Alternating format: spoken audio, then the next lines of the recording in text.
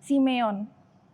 Dengan iman, Simeon percaya kepada Allah bahwa ia akan bertemu dengan Yesus, anak Allah yang dijanjikan itu.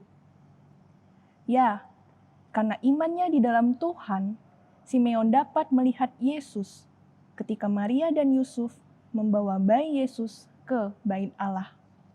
Hari berganti hari, musim berganti musim, tahun berganti tahun. Bapak Ibu Saudara, tidak terasa kita sudah berada di penghujung akhir tahun 2020. Besok tanggal 31 dan lusa tanggal 1 Januari. Kita akan memasuki tahun yang baru. Bapak Ibu Saudara, di tahun 2020 ini, dari 12 bulan, 10 bulan kita menghadapi pandemi virus corona. Siapa yang menyangka akan menghadapinya? Tidak ada yang menyangkanya. Semua orang menghadapinya. Tidak ada bedanya. Tapi yang membedakan kita punya Tuhan. Kita punya iman di dalam Kristus. Beberapa hari lalu kita merayakan Natal. Kita bersyukur, kita bisa beriman di dalam Kristus. Sebab dengan iman di dalam Kristus saja, kita dapat melewati tahun ini bersama dengan Dia. Ya, dengan imanku di dalam Kristus. Mari kita naikkan pujian dengan imanku.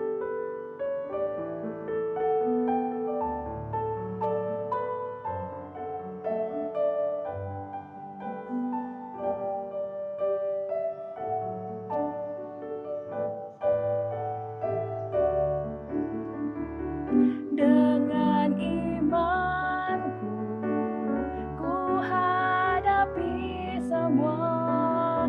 Dengan imanku, semua berlalu.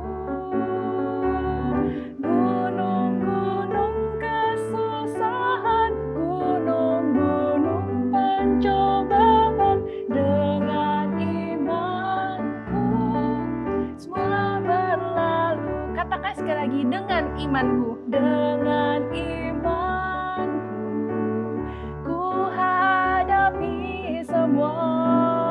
Dengan imanku, semua berlalu. Gunung-gunung kesusahan, gunung-gunung pencobaan. Dengan imanku, semua berlalu. Mari kita masuk dalam doa. Benar ya Tuhan, dengan iman yang Engkau karuniakan kepada setiap kami, Engkau memampukan kami untuk melewati sepanjang tahun ini. Meskipun banyak gunung-gunung kesusahan, gunung-gunung pencobaan di tengah pandemi ini, Engkau tetap setia kepada kami. Engkau menyertai kami. Dan kami bersyukur kami bisa memiliki iman di dalam Tuhan. Sehingga kami juga mau mengakhiri tahun ini bersama dengan Engkau. Ya Tuhan, kami menyerahkan untuk persekutuan doa pada malam hari ini ke dalam tangan-Mu. Tuhan yang boleh memimpin dan menyertai setiap kami. Kami mau menghadap Engkau di dalam setiap pujian dan akan mendengarkan renungan firman Tuhan. Kami menyerahkan sekali lagi ya Tuhan waktu ini ke dalam tangan kasih-Mu. Di dalam nama Tuhan Yesus kami berdoa. Amin. Bapak Ibu Saudara, mari kita bersyukur kepada Allah karena Ia telah mengaruniakan kepada kita iman di dalam Kristus. Sehingga dengan iman kita dapat melewati tahun 2020 ini bersama dengan Dia.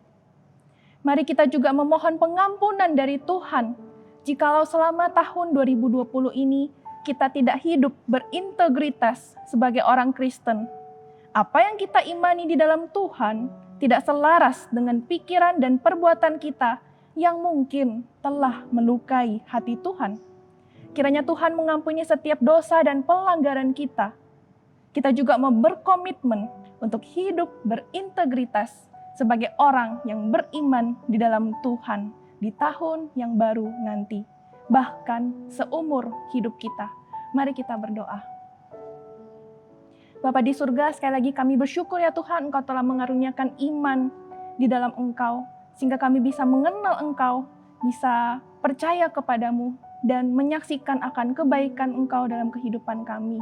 Terima kasih ya Tuhan untuk satu iman di dalam kehidupan kami, sehingga kami boleh melewati tahun 2020 ini bersama dengan Engkau. Ya Bapa, kami juga memohon pengampunan yang berasal daripadamu. Kami mohon ampun ya Tuhan, kalau kami yang sudah beriman kepadamu, kami tidak berintegritas sebagai wujud nyata iman kami. Kami memohon pengampunan-Mu ya Tuhan. Kami mengakui dosa kami yang seringkali melukai hati Tuhan di sepanjang tahun ini. Ampuni kami ya Tuhan, ampuni kami. Di dalam nama Tuhan Yesus kami berdoa. Amin. Simeon. Dengan pengharapan kepada Allah, Simeon menantikan kedatangan bayi kecil Yesus yang telah dinubuatkan sejak lama. Kedatangan Yesus, Sang Juru Selamat dunia, menjadi pengharapan bagi setiap orang yang menanti kedatangannya, termasuk Simeon. Bapak Ibu Saudara, seperti Simeon yang memiliki pengharapan kepada Allah, mari dengan keyakinan yang penuh, dengan hati yang berharap kepada Allah, kita mau menaikkan pujian, Kaulah harapan. Kita mau menaikkan seruan doa kita, sebab Ia adalah harapan kita, Kaulah harapan. Mari kita naikkan pujian ini.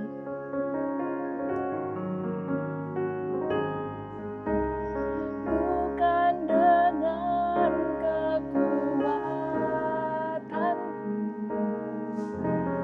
ku dapat jalani hidupku tanpa Tuhan yang di sampingku. Ku tak mampu sendiri.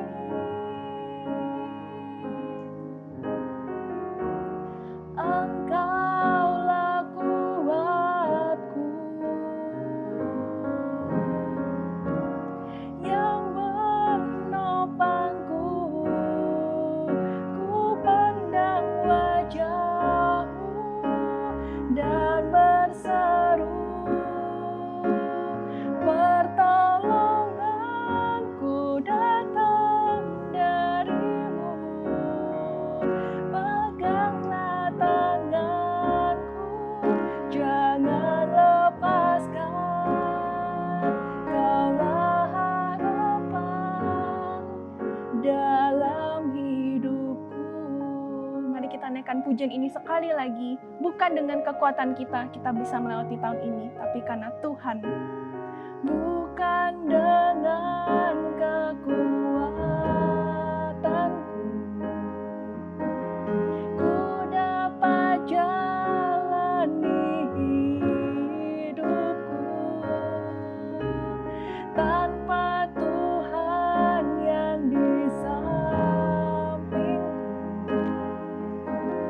Ku tak mampu sendiri.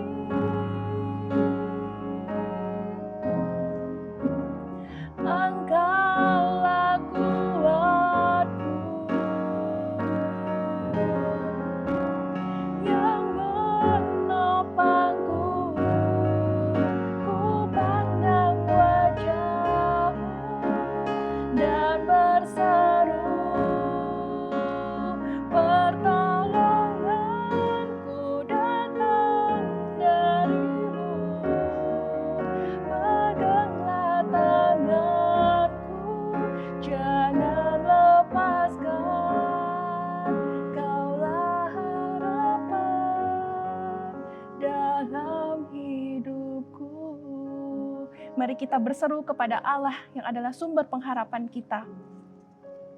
Kita berdoa untuk GKPJ, berdoa untuk kebaktian tahun baru 1 Januari 2021 secara live streaming. Kiranya jemaat dapat mempersiapkan hati untuk mengikutinya dan kebaktian dapat berjalan dengan lancar. Berdoa juga di tahun 2021, kiranya dapat menjadi tahun multiplikasi kelompok kecil di gereja kita. Kiranya Tuhan mempersiapkan para pemimpin kelompok kecil yang baru, dan goal dari kelompok ini dapat tercapai, yaitu semakin serupa dengan Kristus. Mari kita berdoa. Bapa di surga, kami menyerahkan untuk kebaktian tahun baru nanti tanggal 1 Januari. Tuhan yang boleh memimpin segala persiapan yang dilakukan, para penata yang terlibat, sarana prasarana yang digunakan. Tuhan yang boleh terus turut campur tangan di dalam segala persiapan, sehingga pada hari hanya nanti ibadah dapat berjalan dengan lancar secara live streaming. Kiranya Tuhan, kami juga segenap jemaat dapat mempersiapkan hati untuk mengikuti ibadah tahun baru ini. Kami mau mengucap syukur kepada Allah karena Engkau telah memimpin kami di tahun yang baru nanti. Terima kasih ya Tuhan, ini doa kami. Kami juga berdoa untuk gereja kami yang merancangkan program kelompok kecil. Kami bersyukur sudah berjalan sejauh ini, dan kami juga menyerahkan untuk tahun yang baru nanti. Kiranya terjadi multiplikasi para pemimpin kelompok kecil yang baru. Tuhan yang boleh menyediakan, Tuhan yang boleh memilih orang-orang yang tepat. Kami juga menyerahkan ya Tuhan, untuk kelompok kecil ini kiranya goal dari kelompok kecil ini dapat tercapai, sehingga setiap anggota kelompok kecil maupun para pemimpinnya dapat serupa dengan Kristus. Ini doa kami ya Tuhan, di dalam nama Tuhan Yesus kami berdoa. Amin. Kita juga berdoa untuk di tahun yang baru, kiranya jemaat dapat berjalan bersama dengan Kristus dan mengalami pertumbuhan kerohanian dari setiap program yang telah dirancang. Kita juga berdoa untuk masa depan gereja. Kiranya Tuhan memimpin GKPJ di tahun yang baru dan masa depan gereja agar dapat bertumbuh secara kualitas maupun kuantitas. Mari kita berdoa. Bapa di surga, kami juga rindu ya Tuhan di tahun yang baru nanti, jemaat-Mu ya Tuhan bisa berjalan bersama dengan Kristus, beriman di dalam Engkau dan memiliki pengharapan di dalam-Mu. Dan juga jemaat dapat mengalami pertumbuhan kerohanian di setiap keseharian mereka, melalui setiap program yang telah dirancang oleh hamba Tuhan maupun majelis. Ya, kami tidak hanya memikirkan program ya Tuhan, tapi kami memikirkan bagaimana jemaat bertumbuh melalui program yang dirancang di tahun yang baru nanti. Ya, ini doa kami ya Tuhan. Kami juga menyerahkan untuk masa depan GKPJ. Tuhan yang boleh terus memimpin masa depan gereja-Mu ini. Tuhan yang sebagai pemimpin dan kepala dari gereja, kiranya Engkau boleh terus menyertai gereja tercinta kami di tahun yang baru, di masa depan gereja ini ya Tuhan, sehingga dapat bertumbuh secara kualitas maupun kuantitas. Kami tidak tahu ya Tuhan pandemi ini akan berakhir kapan, tapi kiranya Tuhan yang boleh terus memimpin gereja ini, sehingga boleh terus menjadi alat Tuhan untuk menjangkau jiwa-jiwa datang kepadamu. Terima kasih ya Tuhan, ini doa kami. Di dalam nama Tuhan Yesus, kami berdoa. Amin. Kaulah harapan, kita nyanyikan refrennya.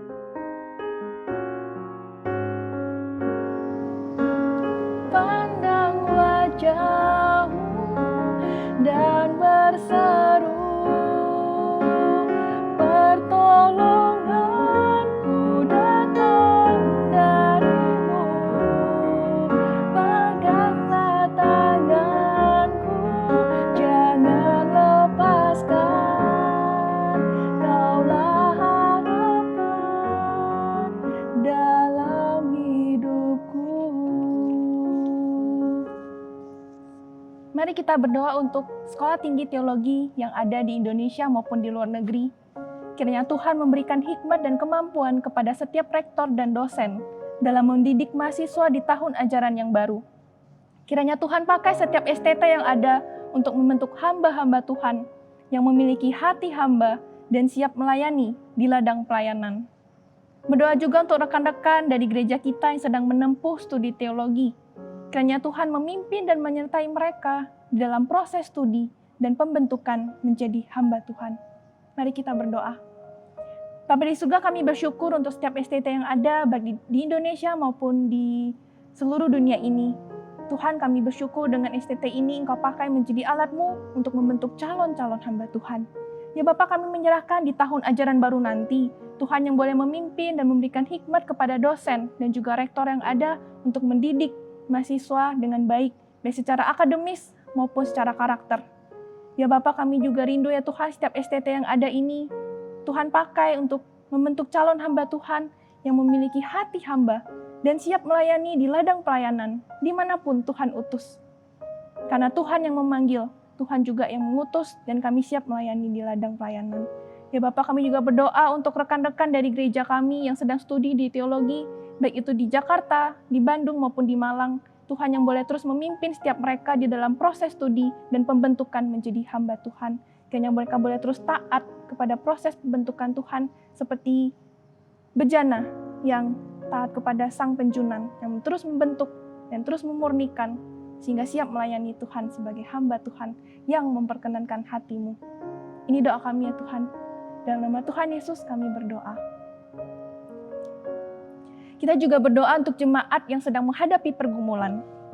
Kita juga berdoa untuk Ibu Luther yang sedang dalam keadaan lemah tubuh.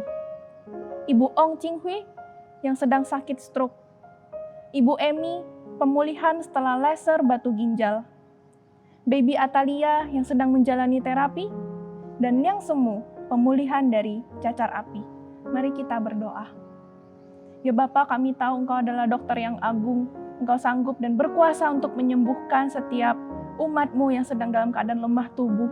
Ya Bapa, kami menyerahkannya Tuhan untuk setiap jemaat kami. Ya Bapa, kami juga berdoa untuk Ibu Luther yang dalam keadaan lemah tubuh. Tuhan yang boleh menyertai Ibu Luther dalam setiap proses istirahat maupun pengobatan yang dijalani. Tuhan yang boleh memulihkan keadaan Ibu Luther perlahan demi perlahan. Dan Ibu Luther juga boleh tetap bersandar kepada kekuatan Tuhan. Pakai juga keluarga yang mendampingi, Pak Lukas dan segenap keluarga yang mendampingi. Tuhan yang boleh memberikan kesehatan juga kepada mereka. Ya Bapak, kami juga berdoa untuk Ibu Ong Ching Hui yang sedang sakit stroke. Untuk Ibu Emi pemulihan setelah laser batu ginjal. Baby Atalia sedang menjalani terapi. Dan yang semua pemulihan dari cacar api. Tuhan yang boleh menolong setiap jemaat-Mu ini ya Tuhan. Di tengah terbaringnya ini, kuasa Tuhan nyata. Sebab di dalam kelemahan, kuasa Tuhan sempurna. Tuhan yang boleh menolong setiap jemaat-Mu ini ya Tuhan, boleh memberikan kekuatan dan pemulihan senantiasa. Dan juga mereka tetap boleh beriman dan berharap kepadamu di tengah keadaan lemah tubuh ini. Ya Tuhan, sekali lagi kami menyerahkan untuk jemaat kami yang sedang sakit, Tuhan yang boleh memulihkan sesuai dengan waktu dan rencana-Mu. Ini doa kami Tuhan, dalam nama Tuhan Yesus kami berdoa. Amin. Kita juga berdoa untuk jemaat yang lanjut usia, di mana mereka sangat bergumul untuk bisa beribadah. Kiranya Tuhan tetap menjaga iman dan kehidupan kerohanian mereka, supaya mereka tetap bisa mengalami kebaikan Tuhan dan senantiasa memuji Tuhan di dalam kehidupan sehari-hari mereka. Mari kita berdoa. Ya Bapa, kami tahu di gereja kami banyak jemaat yang lanjut usia, di mana mereka sangat bergumul untuk bisa beribadah kepada Tuhan, baik itu di gereja maupun secara online. Kiranya Tuhan yang menjaga kehidupan spiritual mereka, menjaga iman mereka di dalam Engkau. Sehingga mereka tetap bisa mengalami kebaikan Tuhan dan memuji Tuhan setiap harinya. Mereka bisa mempersembahkan hidup yang sebagai persembahan yang harum dan sejati di hadapan-Mu. Tuhan yang boleh menolongnya Tuhan di usia tua, mereka jemaat ini dapat boleh terus memuji Tuhan dalam kehidupan mereka dan bertumbuh dalam keseharian mereka. Tuhan tolong jemaat kami yang terkasih ini. Terima kasih Tuhan, dalam nama Tuhan Yesus kami berdoa. Amin. Ku pandang wajah-Mu dan berseru. Ku pandang wajah-Mu dan berseru. Pertolonganku datang dari-Mu. Peganglah tanganku, jangan lepaskan.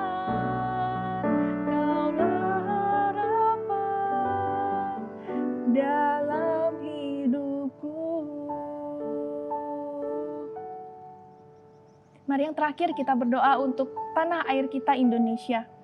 Kiranya Tuhan memberi hikmat kepada para pemerintah untuk dapat memproses vaksin dengan baik di tengah masa pandemi ini. Sehingga bantuan dapat segera disalurkan kepada rakyat yang membutuhkan. Kiranya pemerintah juga dapat menerapkan sistem kinerja yang semakin baik di tahun 2021 nanti. Dengan menteri-menteri yang barusan dibentuk oleh Jokowi, kiranya juga dapat boleh bekerja sama dengan baik dan menghasilkan kinerja yang makin baik sehingga Indonesia semakin lebih baik di tahun yang baru nanti. Mari kita berdoa. Ya Bapa, kami menyerahkan untuk tanah air kami tercinta Indonesia. Kami rindu ya Tuhan, Kau terus memberikan hikmat kepada para pemerintah sehingga dapat memproses vaksin dengan cepat dan segera, sehingga bantuan dapat tersalurkan kepada rakyat yang membutuhkan. dan pandemi ini boleh dapat ditangani. Ya Bapa, kami juga berdoa ya Tuhan untuk pemerintah di tahun yang baru dengan susunan menteri-menteri yang baru dibentuk oleh Pak Jokowi. Kiranya Tuhan yang boleh menolong, memberikan hikmat kepada pemerintah. Sebab kami tahu ya Tuhan, tidak ada pemerintah yang tidak berasal dari Allah. Pemerintah adalah berasal dari Tuhan, dan Tuhan akan memampukan pemerintah di Indonesia ini bisa menerapkan sistem kinerja yang makin baik di tahun yang baru ini, sehingga Indonesia bisa semakin maju di tahun yang baru ini. Dari rakyat, oleh rakyat, dan untuk rakyat. Terima kasih ya Tuhan, ini doa kami. Dalam nama Tuhan Yesus kami berdoa. Amin. Baik saudara, kita juga berdoa untuk pergumulan pribadi kita di hadapan Tuhan. Mari saat ini kita mengambil waktu teduh, kita berdoa, apapun yang sedang kita alami dan ingin kita ungkapkan kepada Tuhan. Karena berdoa adalah momen di mana kita bisa mengungkapkan isi hati kita kepada Allah. Mari kita mengungkapkan isi hati kita kepadanya, pergumulan pribadi kita, dan kita memohon Tuhan untuk mengabulkan doa kita.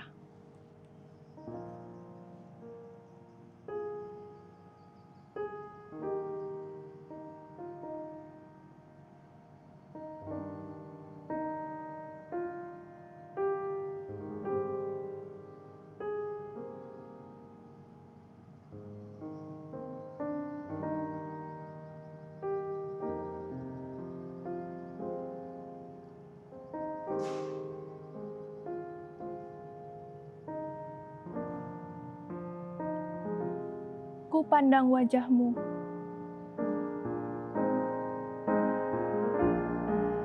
Ku pandang wajah-Mu dan berseru, pertolonganku datang dari-Mu. Peganglah tanganku, jangan lepaskan. Kaulah harapan dalam hidupku. Inilah seruan doa kami ya Tuhan pada hari ini. Kiranya Tuhan yang boleh mendengar dan menjawab sesuai dengan waktu dan rencana-Mu. Terima kasih Tuhan. Dalam nama Tuhan Yesus kami berdoa dan bersyukur. Amin. Selain beriman di dalam Tuhan dan memiliki pengharapan kepadanya, Simeon adalah orang yang sangat mengasihi Allah. Kasihnya ia nyatakan dengan menaikkan pujian bagi Allah ketika ia bertemu dengan bayi Yesus. Mari kita mengingat kasih-Nya yang besar untuk kita. Ia tidak hanya menyelamatkan kita dengan anugerah-Nya, Ia juga memberikan kesempatan kepada kita untuk mendengarkan firman Tuhan. Ingat kasih-Nya. Mari kita naikkan pujian ini, ingat kasih-Nya.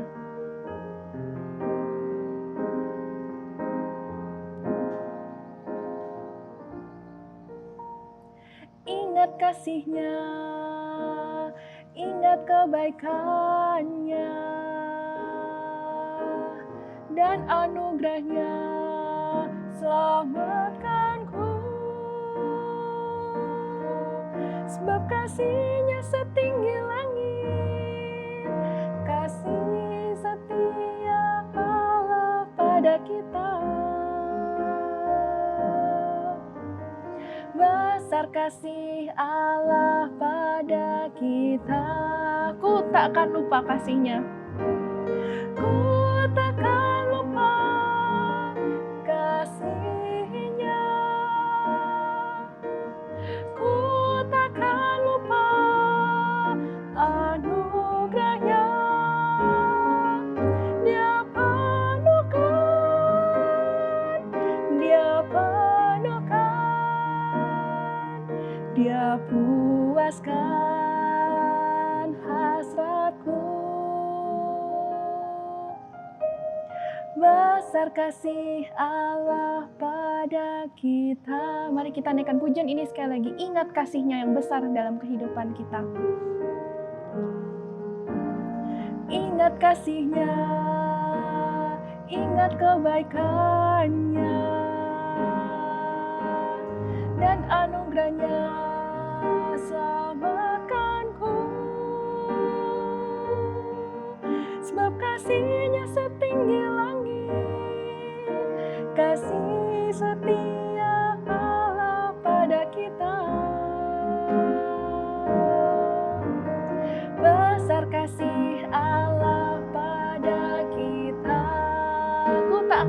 kasih-Nya.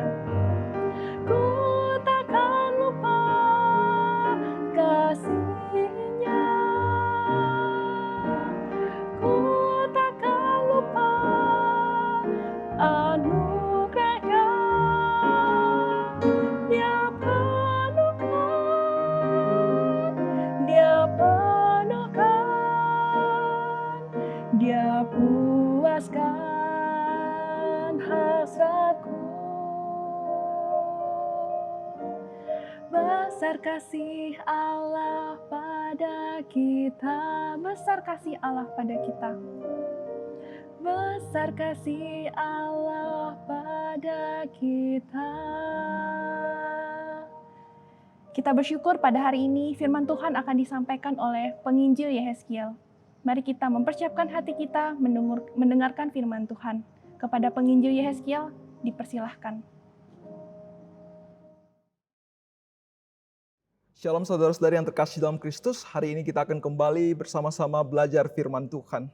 Mari kita bersama-sama akan belajar teladan Simeon. Kita buka di dalam Lukas pasalnya yang kedua, ayatnya yang ke-21 sampai yang ke-35. Lukas pasalnya yang kedua, ayatnya ke-21 sampai ke-35, saya akan membacakan untuk kita semua. Saya harap setiap kita bisa dengan teliti memperhatikan setiap ayat. Dan ketika genap 8 hari dan ia harus disunatkan, ia diberi nama Yesus, yaitu nama yang disebut oleh malaikat sebelum ia dikandung ibunya. Dan ketika genap waktu pentahiran, menurut hukum Taurat Musa, mereka membawa dia ke Yerusalem untuk menyerahkannya kepada Tuhan. Seperti ada tertulis di dalam hukum Tuhan, semua anak laki-laki sulung harus dikuduskan bagi Allah. Dan untuk mempersembahkan korban menurut apa yang difirmankan di dalam hukum Tuhan, yaitu sepasang burung terkukur atau 2 ekor anak burung merpati. Adalah di Yerusalem seorang bernama Simeon. Ia seorang yang benar dan saleh, yang menantikan penghiburan bagi Israel. Roh Kudus ada di atasnya. Dan kepadanya telah dinyatakan oleh Roh Kudus bahwa ia tidak akan mati sebelum ia melihat Mesias, yaitu dia yang diurapi Tuhan. Ia datang ke bait Allah oleh Roh Kudus. Ketika Yesus anak itu dibawa masuk oleh orang tuanya untuk melakukan kepadanya apa yang ditentukan hukum Taurat, ia menyambut anak itu dan menantangnya sambil memuji Allah, katanya, "Sekarang Tuhan, biarlah hamba-Mu ini pergi dalam damai sejahtera sesuai dengan firman-Mu. Sebab mataku telah melihat keselamatan yang daripada-Mu, yang telah Engkau sediakan di hadapan segala bangsa, yaitu terang yang menjadi pernyataan bagi bangsa-bangsa lain dan menjadi kemuliaan bagi umat-Mu Israel." Dan bapa serta ibunya amat heran akan segala apa yang dikatakan tentang dia. Lalu Simeon memberkati mereka dan berkata kepada Maria, ibu anak itu, "Sesungguhnya anak ini ditentukan untuk menjatuhkan atau membangkitkan banyak orang di Israel, dan untuk menjadi suatu tanda yang menimbulkan perbantahan.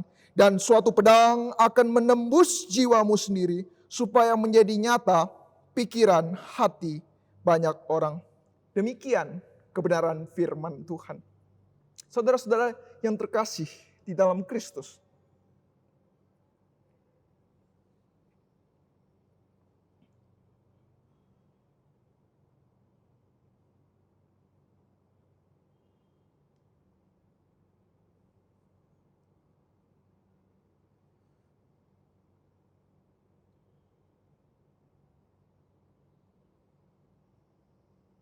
saudara-saudari, yang namanya menanti itu jelas tidak menyenangkan. Di dalam masa penantian dan menunggu, kita mungkin banyak sekali asumsi. Tadi saya diam hanya beberapa detik saja. Jika kita menanti dalam waktu 1 tahun, 5 tahun, 10 tahun, atau bahkan berpuluh-puluh tahun, dan tidak ada kabar dari hal yang kita tunggu, bagaimanakah respon kita? Saya yakin saat saya diam tadi, sudah mulai banyak orang bingung dan mulai berasumsi. Apa yang terjadi? Mungkin ada masalah. Nah, inilah yang terjadi dalam bangsa Israel. Nah, kita tahu Simeon adalah seorang tokoh yang hidup di masa antara Perjanjian Lama dan Perjanjian Baru. Di mana sebelum Yesus Kristus lahir, terkenal dengan satu zaman di mana 400 tahun Tuhan tidak berbicara kepada bangsa Israel. Tuhan seakan diam. Bayangkan 400 tahun Tuhan seakan diam. Bayangkan betapa besarnya kebingungan dan akan banyak sekali asumsi-asumsi yang akan muncul mengenai Tuhan. Ada apa dengan Tuhan? Apakah dia marah dengan kita? Apakah dia telah bosan dengan kita? Apakah Tuhan sedang tidur? Apakah Tuhan sedang ngambek? Atau jangan-jangan Tuhan itu emang tidak ada? Tuhan yang kita dengar adalah cerita nenek-nenek moyang. Maka di dalam ketidaksabaran, di dalam penantian, kalau kita kembali ke dalam konteks zaman itu, Israel mengalami kebobrokan rohani. Ada orang yang memilih melakukan hal-hal yang mereka anggap benar, hal-hal yang mereka anggap itu adalah yang mereka mau kerjakan. Saat itu ada beberapa golongan. Ada golongan ekstremis. Golongan ekstremis adalah golongan yang dengan kekuatannya sendiri, dengan cara yang radikal, ingin mencapai suatu hal yang mereka anggap baik, mencapai kemerdekaan dan tidak perlu menanti Tuhan. Mereka menggunakan cara-cara kekerasan. Dan kemudian selain ekstremis ada golongan histeris. Golongan yang di dalam masa penantian itu berteriak kepada Tuhan. Hidup dalam ketakutan. Dan juga ada golongan idealis. Yang di dalam masa-masa kesulitan kerjanya hanya mimpi. Berharap suatu hal yang baik akan datang kepada mereka tanpa berbuat apa-apa. Dan kemudian ada golongan apatis. Golongan yang mungkin sudah curiga, sudah ragu terhadap Tuhan. Bukannya semakin dekat, malah semakin jauh kepada Tuhan. Dan terakhir ada golongan politis. Yaitu kita melihat di zaman Yesus sebelum lahir, ada golongan-golongan agamawan yang bahkan telah bercampur dengan politik. Mereka bersekongkol dengan pihak pemerintah Romawi untuk menggelapkan uang di bait Allah. Saudara-saudara, di tengah-tengah penantian, di tengah-tengah penderitaan, apakah sikap, apakah pilihan yang kita nyatakan? Apakah kita adalah golongan yang ekstremis? Apakah kita adalah orang yang histeris? Apakah kita orang yang politis? Apakah kita orang yang apatis? Ataukah kita orang yang idealis? Saudara-saudara, saudara, di dalam penantian-penantian kita, di dalam penderitaan-penderitaan dan kesulitan kita, mau jadi apakah diri kita? Hidup seperti apakah yang ingin kita tunjukkan? Kita melihat hari ini ternyata ada satu kehidupan hidup yang berbeda. Di ayat ke-25, di masa penantian yang panjang ini menampilkan hidup yang bukan ekstremis, bukan histeris, bukan politis, bukan apatis dan idealis, tetapi kehidupan spiritualis. Di mana Simeon dicatat di ayat ke-25 adalah seorang yang benar dan saleh. Saudara-saudara, ini adalah satu hal yang luar biasa. Kalau kita hidup di tempat yang bersih, kalau kita keluar dari tempat yang bersih itu adalah hal yang wajar. Tetapi bagaimana kalau kita masuk ke dalam kubangan lumpur, tetapi kita bisa keluar dengan bersih? Ini bukanlah suatu hal yang sederhana. Kalau mau menggambarkan dengan satu pepatah, kehidupan Simeon saat itu boleh digambarkan dengan suatu pepatah yang mengatakan, Cuni puran.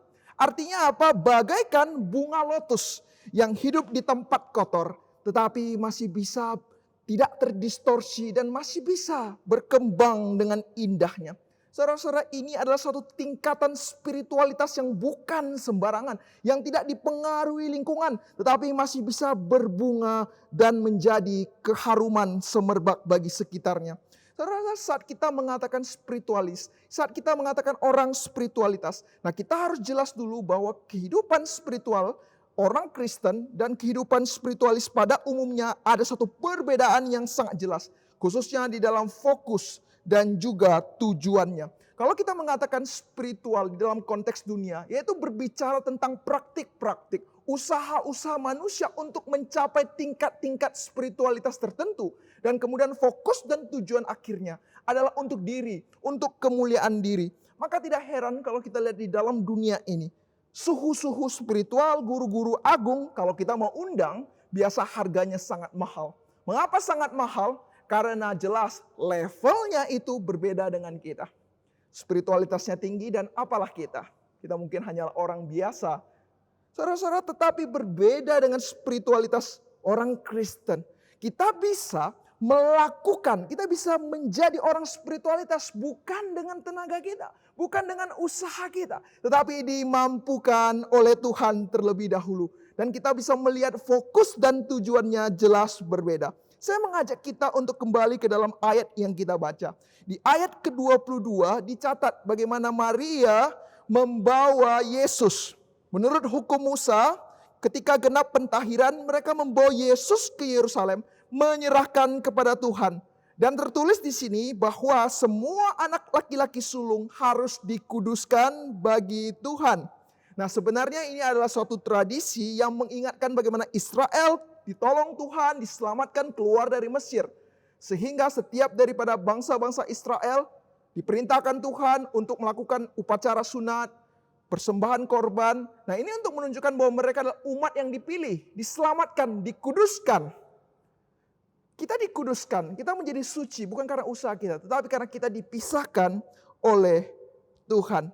Dan menariknya, saat Yesus Kristus dibawa untuk melakukan upacara tersebut, di ayat 27 dicatat bahwa Simeon datang ke bait Tuhan untuk menjalankan proses pentahiran itu. Tetapi ada penekanan kata di belakangnya bahwa ia didorong oleh Roh Kudus. Nah, saya ingin kita perhatikan dengan baik-baik dua kata ini. Yang satu adalah didorong oleh Roh Kudus, kemudian dikuduskan bagi Tuhan. Nah, ini merupakan satu hal yang sangat penting yang harus kita pegang erat. Bahwa segala sesuatu gerak-gerik dari Simeon didorong oleh Roh Kudus. Dan saat melakukan rutinitas-rutinitas hukum, itu bukan karena rutinitas belaka, bukan karena status, oh saya orang Kristen saya harus melakukannya, saya umat pilihan harus melakukannya. Tidak, tetapi tujuan akhir yaitu untuk dikuduskan bagi Tuhan atau untuk kemuliaan Tuhan.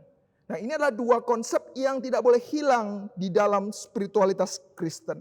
Nah, sebagai orang Kristen kita harus selalu evaluasi diri dan selalu waspada. Terkadang kita sering tidak hati-hati. Kita bisa ahli spiritualitas tetapi bukan orang spiritual. Mungkin kita rajin melayani, kita pergi ke gereja, kita memberikan persembahan yang besar dan rutin. Tetapi pertanyaan yang paling mendasar, untuk apa kita melakukan hal itu? Apakah hal itu benar-benar didorong oleh Roh Kudus atau rutinitas saja? Atau mungkin latahan rohani? Sama seperti saat kita berdoa, saudara-saudara. Apakah kita ini berdoa hanya sebagai kebiasaan, hanya sebagai latahan-latahan rohani, atau saat kita berdoa adalah suatu keberadaan seluruh penghayatan kita yang sejati di hadapan Tuhan. Dan kemudian saat kita berkata spiritualitas, kita melakukan ini, melakukan itu, segala suatu hal yang kita lakukan di dalam dunia adalah untuk kemuliaan Tuhan. Dan kita harus menjunjung tinggi kekudusan. Seringkah kita dalam melakukan banyak hal, pekerjaan, studi, kemudian hal-hal yang sederhana dalam hidup, kita tekankan apakah ini adalah suatu hal yang memuliakan Tuhan? Apakah ini adalah hal yang kudus? Nah, ini adalah hal yang harus selalu kita gumulkan di dalam setiap aspek kehidupan kita. Saudara-saudara, kita melihat kehidupan Simeon dipenuhi oleh Roh Kudus. Segala satu aspek yang dia lakukan karena didorong oleh Roh Kudus. Dan dia taat akan penyertaan Roh Kudus. Sehingga dia menghasilkan buah-buah kehidupan yang nyata di tengah penantian dan kesulitannya. Dan hari ini kita akan belajar dua buah teladan yang dihasilkan di dalam kehidupan Simeon. Sehingga setiap umat Tuhan yang telah dilahirbarukan bisa tetap bercahaya. Memancarkan keindahan di tengah kegelapan, ketidakpastian hidup kita. Di dalam firman Tuhan kita melihat bahwa Simon adalah sosok yang penuh pengharapan dan penuh dengan kasih. Saudara-saudara yang terkasih dalam Kristus, beberapa tahun yang lalu ada penelitian, percobaan untuk melihat pengaruh harapan pada orang yang mengalami kesulitan.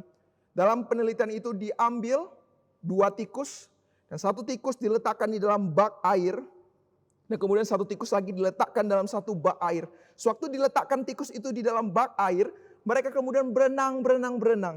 Tetapi tikus di dalam bak pertama dibiarkan begitu saja. Tidak sampai 1 jam tikus itu mati. Tetapi berbeda dengan bak yang kedua. Tikus itu saat dimasukkan ke bak air dia coba untuk berenang. Tetapi setiap beberapa menit sekali, beberapa jam sekali, kemudian tikus itu diangkat, diletakkan lagi. Diangkat, diletakkan lagi. Diangkat dan diletakkan lagi. Dan kemudian hasilnya sangat mengejutkan. Tikus yang ada di bak air kedua bisa berenang lebih dari 24 jam. Mengapa demikian? Bukan karena tikus yang kedua diberikan istirahat sehingga dia lebih kuat untuk berenang. Tidak. Kesimpulannya karena yang kedua merasa dia memiliki harapan. Saudara-saudara, kita melihat hewan-hewan yang demikian, yang bahkan kita tahu pemikirannya itu tidak kompleks seperti manusia, bahkan mereka merasa ada harapan. Seolah-olah dalam beberapa waktu ada sesuatu yang menyelamatkan mereka. Dan itu yang mendorong mereka untuk terus hidup. Saudara-saudara, kalau di dalam hidup ini pengharapan memiliki kekuatan yang begitu besar. Pertanyaannya, apakah kita telah memiliki pengharapan yang besar di dalam hidup kita? Jelas, memiliki pengharapan itu tidaklah gampang, khususnya di saat-saat yang sulit. Jika kita lancar, justru berharap itu mudah. Kita berharap menjadi lebih baik lagi, lebih baik lagi, lebih baik lagi. Tetapi bagaimana kalau di dalam keadaan terpuruk, di dalam kesulitan, masihkah kita bisa berharap? Saya sudah berharap 1 tahun, berharap 2 tahun, berharap 3 tahun, berharap 10 tahun, dan hasilnya masih begitu saja dan tidak kunjung datang. Masihkah saya bisa berharap? Nah, umumnya orang yang menjunjung tinggi spiritualitas, standar mereka apa? Orang yang spiritualitasnya tinggi biasanya adalah orang yang sabar, memiliki tingkat kesabaran yang tinggi. Misalnya, dia dipukul tidak membalas, dicerca dia tidak membalas, dia tetap sabar. Tetapi saya ingin mengajak kita untuk melihat sabar dan berharap itu jelas berbeda. Nah, orang yang berharap membutuhkan kesabaran tinggi, tetapi orang yang sabar belum tentu orang yang berpengharapan. Bisa saja saudara-saudara, orang yang sabar adalah orang yang sudah pasrah terhadap kehidupan.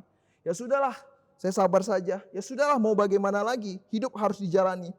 Dan kemudian saudara-saudara, sabar itu ada batas. Tetapi pengharapan itu tidak ada batas. Dan perhatikan, iman Kristen menghasilkan bukan hanya kesabaran, tetapi pengharapan sejati. Karena pengharapan itu bukan terletak ke dalam suatu pemikiran idealis, di mana kita pikir-pikir apa saja yang baik di tengah ketidakbaikan. Tidak hanya sebatas itu, tetapi pengharapan yang benar-benar tertanam di dalam pribadi yang tidak pernah ingkar janji. Kalau kita melihat, kita kupas tuntas di dalam ayatnya yang ke-25. Di dalam Yerusalem ada seorang bernama Simeon. Ia seorang yang benar dan saleh, yang menantikan penghiburan bagi Israel. Dan Roh Kudus ada di atasnya. Saudara-saudara, kita melihat bahwa kehidupan yang dipenuhi Roh Kudus, salah satu ciri-cirinya, selain kita tahu ada buah-buah roh, hidup dalam Roh Kudus, ada sukacita, ada damai sejahtera, ada kesabaran, ada penguasaan diri. Tetapi di dalam bagian ini, Simeon menunjukkan dia menantikan, saudara-saudara, menantikan penghiburan, ada suatu pengharapan. Pengharapan akan apa? Janji-janji penggenapan Tuhan di dalam kehidupannya. Kalau saat itu Simeon menanti kehadiran juru selamat. Dan saat itu apa yang dia nantikan adalah benar-benar terjadi. Dan bagaimana dengan kita? Apa yang kita nantikan? Saudara-saudara, banyak sekali janji-janji Tuhan di dalam firman-Nya yang menunggu kita untuk percaya dan bergantung kepadanya. Dan jika saudara-saudara kita mengalami pergumulan yang besar, kesulitan yang besar, saudara-saudara, saya mengajak kita untuk kembali menantikan penghiburan daripada firman Tuhan. Percayalah akan satu pribadi yang tidak pernah ingkar janji. Dan berharaplah kepada kelahiran, kehadiran, dan nyatanya juru selamat di dalam kehidupan kita. Saudara-saudara, harapan itu yang mendorong Simeon. Sehingga di dalam masa penantiannya tidak lenyap dan tidak berbelok ke kiri dan ke kanan. Tetapi dia terus berjalan dan menjaga apa yang menjadi kewajibannya. Ibrani pasalnya yang ke-6 ayat 19 pernah berkata, pengharapan itu adalah sauh yang kuat. dan aman bagi kita yang telah dilabuhkan sampai ke belakang tabir. Saudara-saudara, tabir itu adalah ruang maha kudus, ruang maha suci. Jika kita kembali ke dalam perjanjian lama, tidak sembarang orang yang boleh ke sana. Tetapi kita tahu bahwa Kristus datang ke dalam dunia. Dia mati di kayu salib. Dan ruang maha tabir itu menjadi terbelah. Sehingga relasi kita dengan Tuhan tidak lagi dibatasi oleh dosa. Tapi kita telah disucikan dan dapat berdiri di hadapan Tuhan. Saudara-saudara, pengharapan kita tertanam dalam pribadi Kristus yang menang atas kuasa dosa, menang atas kuasa maut. Yang seharusnya kita menuju maut. Itulah kepastian hidup kita. Tetapi karena Kristus mengintervensi, sehingga ada jaminan hidup yang kekal di dalam Dia. Suatu hal yang kita katakan pasti, rupanya berbeda nyatanya. Nah, suatu hal yang kita katakan tidak mungkin di dalam Kristus bisa menjadi mungkin. Jika dunia mengatakan menyerah saja. Tetapi pengharapan berbisik kepada kita. Percayalah sekali lagi, bangkitlah sekali lagi. Ketika dunia berkata bahwa tidak mungkin. Pengharapan berteriak kepada kita. Mungkin. Saudara-saudara, kalau kita refleksikan dalam hidup kita, berapa banyak hal dalam hidup kita katakan tidak mungkin. Tetapi pada akhirnya mungkin juga. Kita katakan tidak mungkin lewat. Tetapi pada akhirnya lewat juga.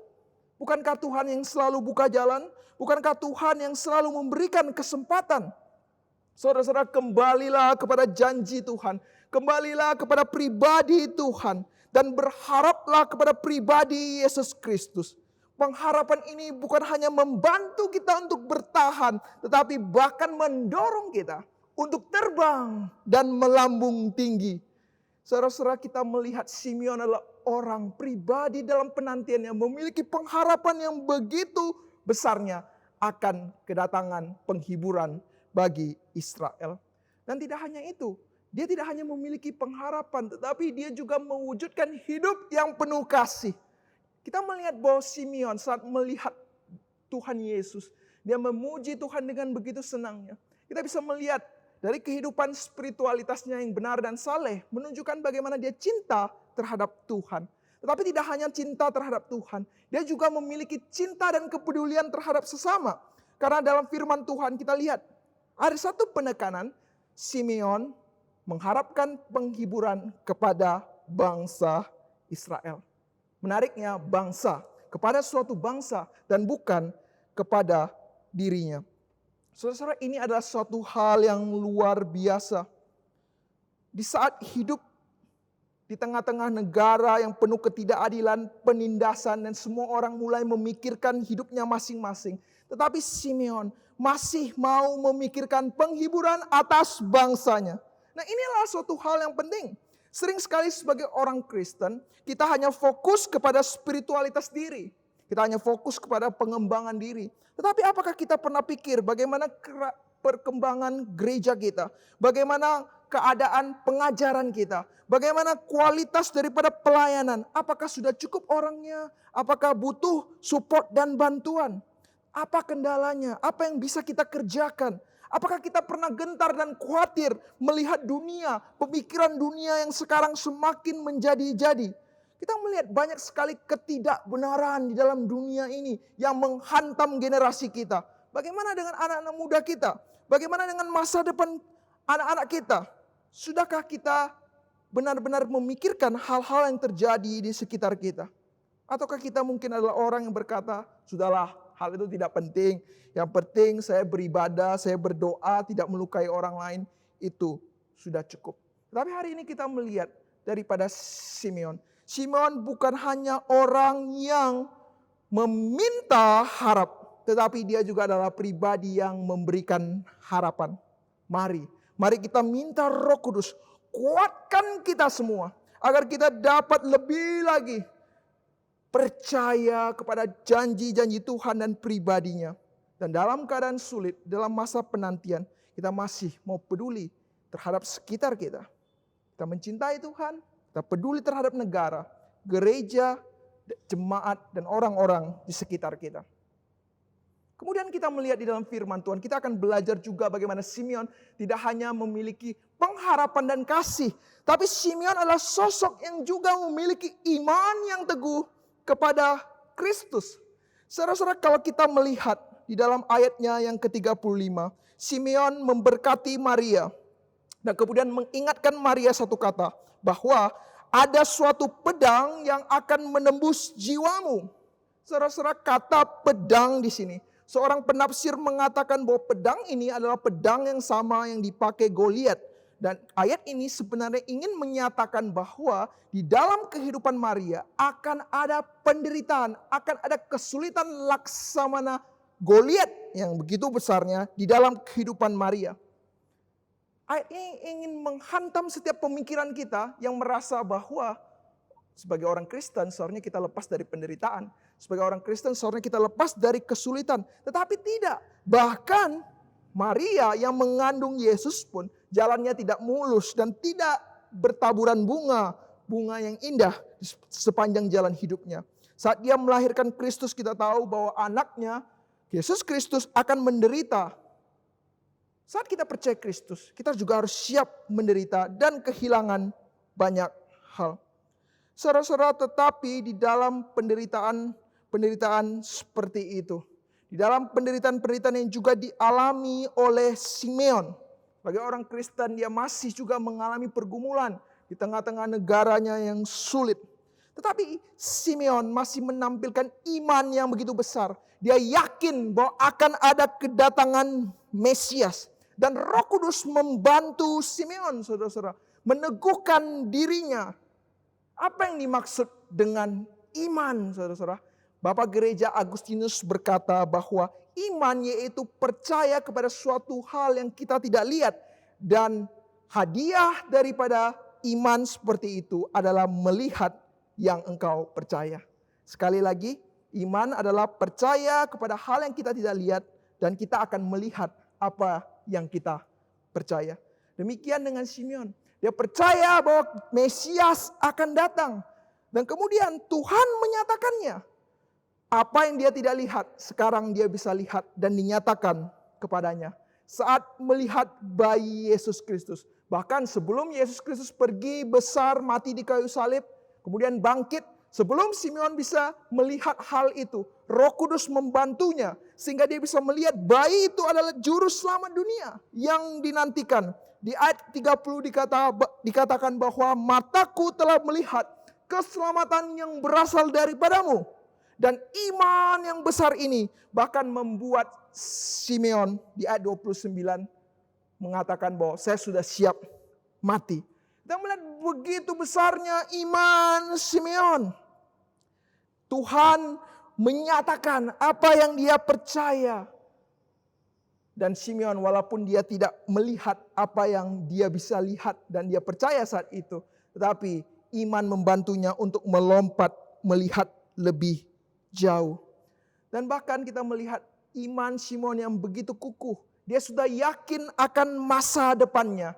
Di ayat ke-34 dia katakan bahwa anak ini ditentukan untuk menjatuhkan atau membangkitkan. Dan iman ini yang akan mendorong kita untuk terus berpengharapan. Dan di dalam pengharapan ini kita tidak menyia-nyiakan waktu atau jauh dari Tuhan. Tetapi terus melakukan hal-hal yang memuliakan Tuhan. Saya mengajak setiap kita untuk terus memiliki iman yang teguh, iman yang besar kepada Tuhan. Saudara-saudara, berimanlah. Faith. Apa yang dimaksud dengan faith atau iman? Fully and inevitable trust Him. Apa yang dimaksud dengan iman? Focus all in trusting Him. Dalam segala masalah, percayalah dengan penuh dan pasti kepada Dia. Di dalam segala masalah dan penantianmu, teruslah berfokus kepada Tuhan. Dan inilah yang akan menjadi kekuatan setiap kita. Saudara-saudara, minggu lalu kita baru merayakan Natal. Ada kehadiran juru selamat yang telah datang. Dan kita tahu bahwa Tuhan Yesus Kristus akan datang lagi untuk kedua kalinya. Dan sampai menunggu Yesus Kristus yang pasti datang. Apa ya kehidupan yang ingin kita nyatakan? Saya mengajak kita untuk kembali menjunjung tinggi kehidupan spiritualitas kita. Janganlah mengandalkan hikmat dan kepintaran sendiri, tetapi bergantung dan tunduklah kepada pimpinan Roh Kudus seperti Simeon. Dan mari lebih mengandalkan Roh Kudus lagi, agar kita memiliki iman yang teguh kepada Kristus untuk melihat kepada hal yang belum terlihat, tapi hal yang benar-benar kita percayai. Dan kemudian kita memiliki pengharapan yang tidak tergerus dengan keadaan, tapi pengharapan yang pasti kepada janji-janji Tuhan dan pribadinya yang tidak pernah ingkar janji. Dan kita jadilah pribadi-pribadi yang dipenuhi Roh Kudus dan memenuhi dunia dengan kasih.